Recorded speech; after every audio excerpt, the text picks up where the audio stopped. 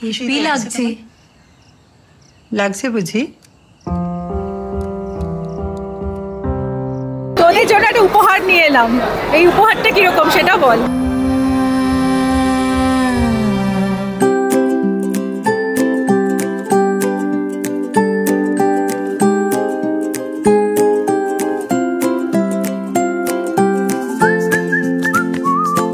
বাংলা ছবির ইতিহাসে তো লেজেন্ডস খুব একটা হয়নি, মানে হয়েছেন, কিন্তু তারা এখন যে সবাই খুব অ্যাক্টিভ তা তো নন। যে কজন অ্যাক্টিভ লেজেন্ডস আছে তাদের মধ্যে অবভিয়াসলি শর্মিলা ঠাকুর একজন।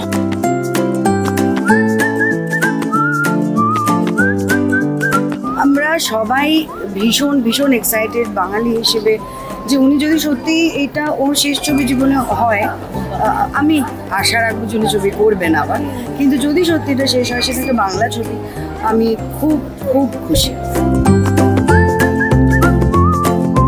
আভিজাত্যের সঙ্গে ঐতিহ্যকে মিলিয়ে দেওয়া, আধুনিকতাকে মিলিয়ে দেওয়া, সেই লড়াইটা ঋতু কিন্তু একা লড়েছে। এটাই বোধহয় ঋতুর আলাদা হয়ে যাওয়া, না হলে কিন্তু এইভাবে আমরা সিনেমাতে শর্মিলা ম্যাডামকে আমরা পেতাম না। আমি তো পুরো পুরাতন পন্থী ইন এ সেন্স, কারণ আমি মনে করি আমার ভুল সময় জন্ম হয়েছে। আরো বছর 30 আগে জন্ম হলে ঠিক সময় আমার জন্ম হতো। ঋতুদিকে ধন্যবাদ এবং অভিনন্দন যে ঋতুদির কোম্পানি ভাবনা আজকাল পুরাতনের মতো একটা ছবি তৈরি করেছে। সুমনদা আমার দাদার মতো, সুমনদা ভীষণ বন্ধু পরিবারের মতো প্র্যাকটিক্যালি, এবং সুমনদা এবং ঋতুদি মিলে এবং ওদের গোটা টিম মিলে শর্মিলাটিকে আরও একবার বাংলা ছবির পর্দায় ফিরিয়ে এনেছে। ওদেরকে সেই জন্যই অভিনন্দন।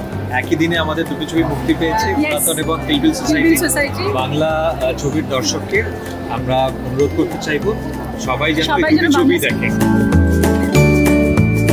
যেদিন প্রথম সুমনদার সঙ্গে সুমনদার আমি 2-3টে ছবি দেখেছি এর আগে। সুমনদার সঙ্গে এর আগে যতবার কথা হয়েছে এটা নিয়ে যে শর্মিলা ঠাকুরকে কি করে রাজি করালে, ওটা একটা গল্প আর কি। কিন্তু তারপরে উনি কাজ করেছেন, এত ভালো কাজ করেছেন, ট্রেলার দেখে বোঝা গেছে।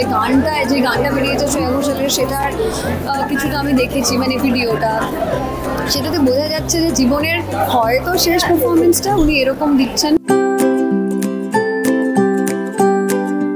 আমার মনে হয় আমাদের প্রজন্মের দেখা একটা সেরা মুহূর্ত, যেখানে শর্মিলা ঠাকুর এবং ঋতুপর্ণা সেনগুপ্ত দুজনে একই সাথে একই সিনেমায় রয়েছেন।